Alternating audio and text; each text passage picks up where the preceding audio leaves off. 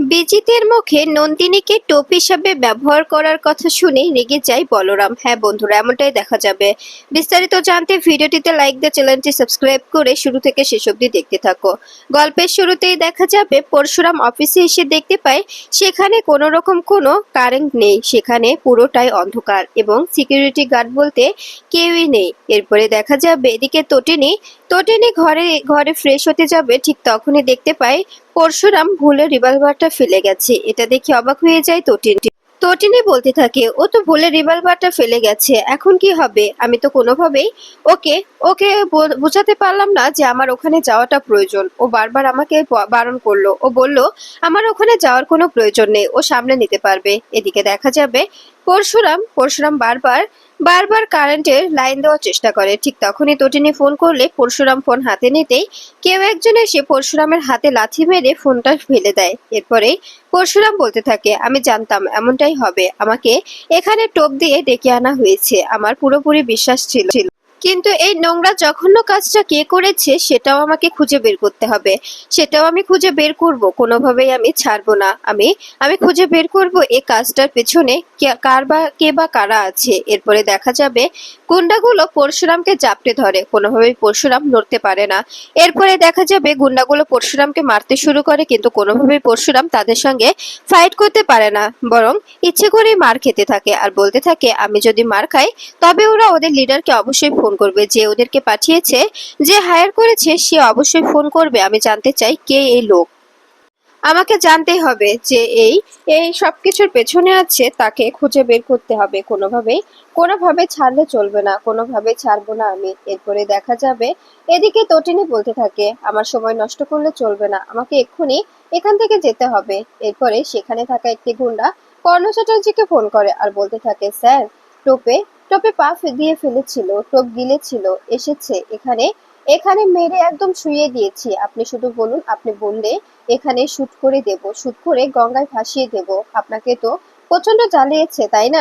এ কথা শুনে কর্ণ চ্যাটার্জি বলে, না, শুট করবি না, ওকে ওকে এমন মার মেরে ওকে পঙ্গু করে দে, ও যেন কোনোভাবে আজ স্পেশাল ব্রাঞ্চে জয়েন করতে না পারে। ও তো বিএনএস নিয়ে নিয়েছে এবং সমস্ত কেস ধামাচাপা পড়ে গেছে, সমস্ত কেস ফাইল ধামাচাপা পড়েছে, ও আর কোনোভাবে সেগুলোতে মুভ করতে পারবে না, তাই যা করার আমাদেরকেই করতে হবে, ওকে একদম পঙ্গু করে দে। এরপরে দেখা যাবে এই বলে কর্ণ চ্যাটার্জি বলে, ফোনের লাইনটা কাটবি না, ফোনটা ওরভাবে অন করেই রেখে দে, আমি ওর আর্তনাদ শুনতে চাই। এদিকে তটিনী ট্যাক্সি নিয়ে অফিসের উদ্দেশ্যে রওনা দিয়ে দেয়। আর এদিকে কর্ণ চ্যাটার্জি বলে, আমি তোমার আর্তনাদ শুনতে পাচ্ছি পরশুরাম, তোমার আর্তনাদ শুনতে আমার ভালোই লাগছে। তোমাকে আমি বারবার বোঝানোর চেষ্টা করেছিলাম, তুমি আমার পেছনে লাগতে এসো না, আমার সঙ্গে লেগে কোনো লাভ হবে না। তুমি আমার সঙ্গে যত লাগতে আসবে, যত আমার সঙ্গে বেশি বেশি বাড়াবাড়ি করবে, ততই তোমার বিপদ। কিন্তু তুমি আমার কথাটা একদম বোঝার চেষ্টা করোনি, বারবার তুমি আমার সঙ্গে লাগতে এসেছো। এবার এবার মজাটা বোঝো, এবার বুঝতে পারবে যে কত ধানে কত চাল। আমার সঙ্গে লাগতে আসা তোমার একদম ঠিক হয়নি, তুমি এবার হাড়ে হাড়ে টের পাবে। এরপরে দেখা যাবে পরশুরাম উঠে দাঁড়ায়, পরশুরাম ঘুরে দাঁড়িয়ে গুন্ডাগুলোর সঙ্গে ফাইট করতে থাকে আর বলতে থাকে, আমি এতক্ষণ ইচ্ছে করে মার খাচ্ছিলাম যে কে এই সবকিছুর পেছনে আছে সেটা জানার জন্য, আর সেটা আমার জানা হয়ে গেছে। তাই এবার তোরা বুঝতে পারবি এই পরশুরাম কি জিনিস, পরশুরামের সঙ্গে তোরা কোনোভাবে পেরে উঠবি না। এদিকে তটিনী ট্যাক্সি নিয়ে এসে অফিসের সামনে দাঁড়ায়, আর এদিকে পরশুরাম গুন্ডাগুলোর সঙ্গে ফাইট করতে থাকে আর বলতে থাকে, তোদেরকে এখানে চাইলে মেরে পুঁতে রাখতে পারি, সেই ক্ষমতা আমার আছে। তোরা চারজন আর আমি একা, কিন্তু কোনোভাবেই তোরা আমার সঙ্গে পারবি না, সেভাবেই আমরা প্রশিক্ষণ নিয়ে এসেছি। ঠিক তখনই পেছন থেকে একজন এসে পরশুরামের ঘাড়ে ঘাড়ে রিভলভার ধরে। ঠিক তখনই পরশুরাম চুপচাপ দাঁড়িয়ে যায় আর কোনোভাবেই নড়তে পারে না। এরপরে পরশুরাম ঘুরে তাকাতেই দেখতে পায় একটি ছেলে পরশুরামের ঘাড়ে রিভলভারটা ধরে আছে। এটা দেখে অবাক হয়ে যায় পরশুরাম। পরশুরাম বলতে থাকে, এখন এখন কি করব আমি, আমার রিভলভারটা তো আমি ভুলে রেখে এসেছি। এদিকে দেখা যাবে তটিনী লিফট না পেয়ে দৌড়ে দৌড়ে সিঁড়ি বেয়ে উপরে উঠতে থাকে।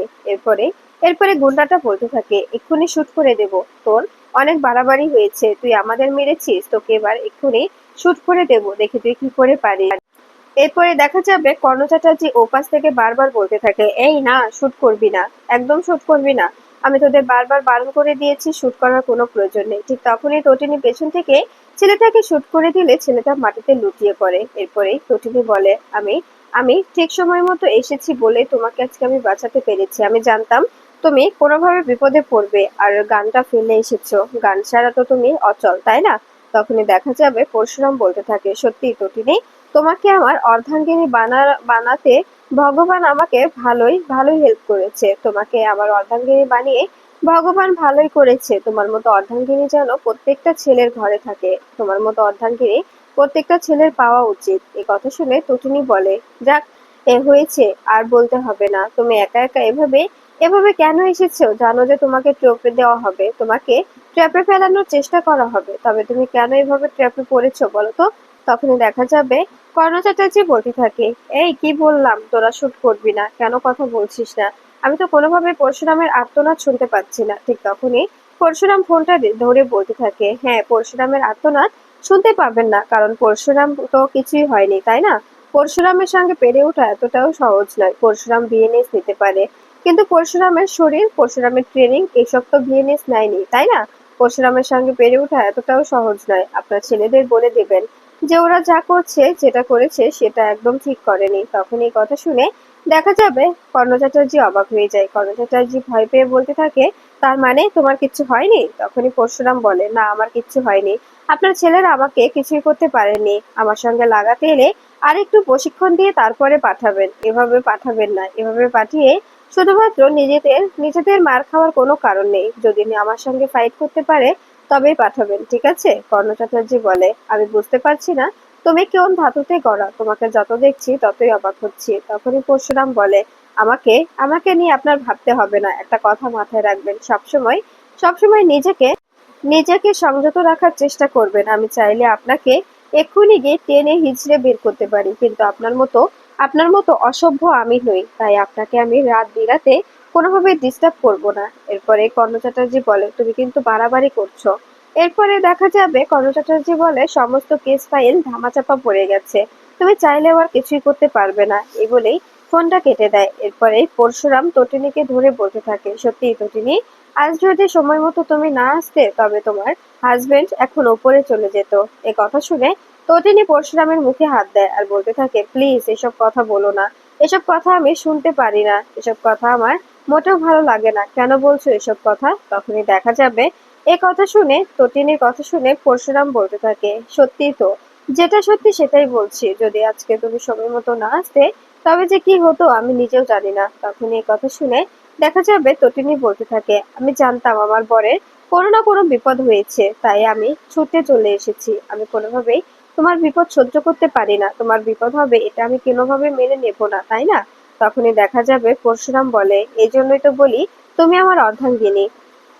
তোমার মতো জীবনসঙ্গী পাওয়া প্রত্যেকটা ছেলের ছেলের প্রয়োজন। এরপরে দেখা যাবে পরশুরাম বলতে থাকে, তটিনী, এবার আমাদের বেরোতে হবে, আমাদের একটা জায়গায় যেতে হবে। তখন এই কথা শুনে তটিনী বলে, কোথায়? এরপরে পরশুরাম বলে, আমাদের 600 স্কয়ার ফিটের ফ্ল্যাটটাতে, ওখানে সমস্ত ফাইল আছে। সেই ফাইলগুলো আমাদের দেখতে হবে। সে ফাইলগুলোতে দেখতে হবে যে আজকে যে মালগুলো ডেলিভারি হয়েছে সে মালগুলো কোথা থেকে এসেছে, কোথায় গেছে, সমস্ত কিছু। এরপরে দেখা যাবে এ বলে তটিনীকে নিয়ে নিজেদের ফ্ল্যাটে চলে আসে পরশুরাম। সেখানে এসে নিজেরা রোমান্স করতে শুরু করে। তটিনী বলে, সত্যি আমি আমি তোমার মতো স্বামী পেয়ে ভাগ্যবতী হয়েছি। তোমার মতো স্বামী যেন প্রত্যেকটা মেয়ের কপালেই জোটে। তুমি যে বিয়ের এতটা বছর পরেও আমাকে এতটা পাগলের মতো ভালোবাসো, সেটা আমি সত্যি বলে বোঝাতে পারবো না। তোমার ভালোবাসা না পেলে আমি একদম অসহায় হয়ে যাই। ঠিক তখনই মায়া এসে বলতে থাকে, সরি সরি, আমি ভুল সময়ে চলে এসেছি, আমি জানতাম না যে তোমরা এখানে, প্লিজ আমাকে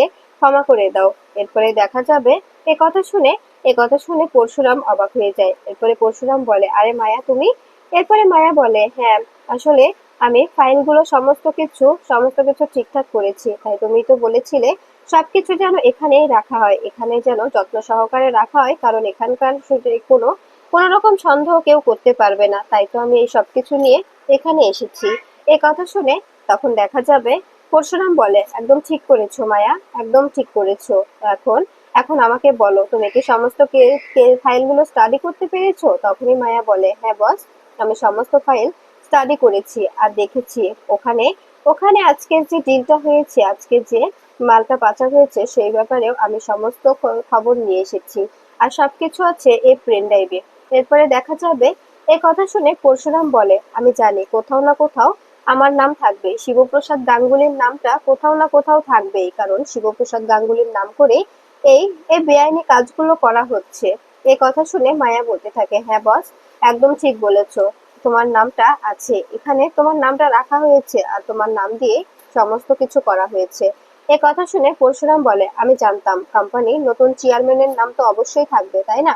আমাকে আমাকে এ কারণে ওই কোম্পানিতে বসানো হয়েছে। তটিনী, তুমি বুঝতে পারছো তোমার ড্যাড সমস্ত কিছুর সঙ্গে জড়িত। তখনই তটিনী বলে, আমি বুঝতে পারছি না এসবের মানে কি। তখনই মায়া বলতে থাকে, বস, সমস্ত ফাইল আমি তোমার তোমার ক্যাবিনে রেখে দিয়েছি তোমার ঘরে। তখনই তটিনী বলে, ওর ঘর, স্পেশাল ব্রাঞ্চে ওর ঘর কোথা থেকে এলো? ও তো বিএনএস নিয়ে নিয়েছে। তখনই এই কথা শুনে পরশুরাম বলে, সত্যি তটিনী, তুমি তুমি কি কিছুই বুঝতে পারছো না? তুমি তো ইন্টেলিজেন্স ডিপার্টমেন্টের একজন একজন অফিসার, আর তুমি এসবের ব্যাপারে কিছুই বুঝতে পারছো না? আমার বিএনএস নেওয়া, আমার সমস্ত কিছুই, সবটাই একটা নাটক, সবকিছুই একটা নাটক। কেস ফাইলগুলো ধামাচাপা পড়া, আমার বিএনএস নেওয়া, তোমার দিদির বিয়ে, সমস্ত কিছুই একটা নাটক। আর তোমার দিদির বিয়ে, এটা নিয়ে নাটক করেছে মিস্টার কর্ণ চ্যাটার্জি। তোমার দিদির কপালে অনেক কষ্ট আছে, ওরা তোমার দিদিকে টোপ হিসাবে ব্যবহার করার জন্যই এই নাটকটা সাজিয়েছে, যেটা যেটা তোমার দিদি ঘুণাক্ষরেও বুঝতে পারেনি। আর সমস্ত কিছুর সঙ্গে সামিল আছে তোমার ড্যাড। এই কথা শুনে টটিনি বলতে থাকে, আমি সত্যি অবাক হয়ে যাচ্ছি, আমি বুঝতে পারছি না তোমাদের কথাগুলো। এরপরে দেখা যাবে টটিনি বলতে থাকে, তুমি যে বিএনএস নাওনি এটাতে আমি অনেক খুশি। এই বলেই পরশুরামকে জড়িয়ে ধরে টটিনি আর বলতে থাকে, সত্যি আমি তো এই পরশুরামকে ফিরে পেতে চেয়েছিলাম, আমি তো আমার এই হাজবেন্ডটাকে চেয়েছিলাম। সে যেন কখনো অন্যায়ের সঙ্গে আপোষ না করে, আমি তো এটাই চেয়েছিলাম বারবার।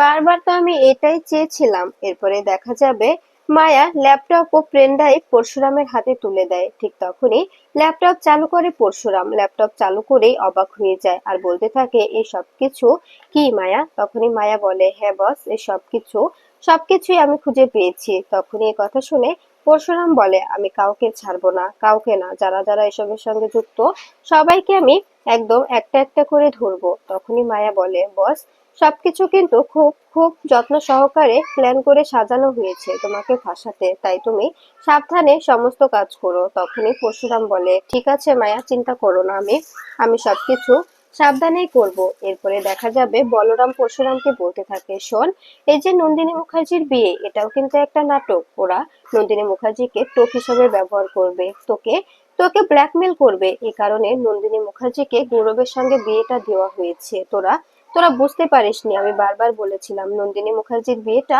যে করে হোক আটকে দে, তোরা কোনোভাবেই আটকাসনি।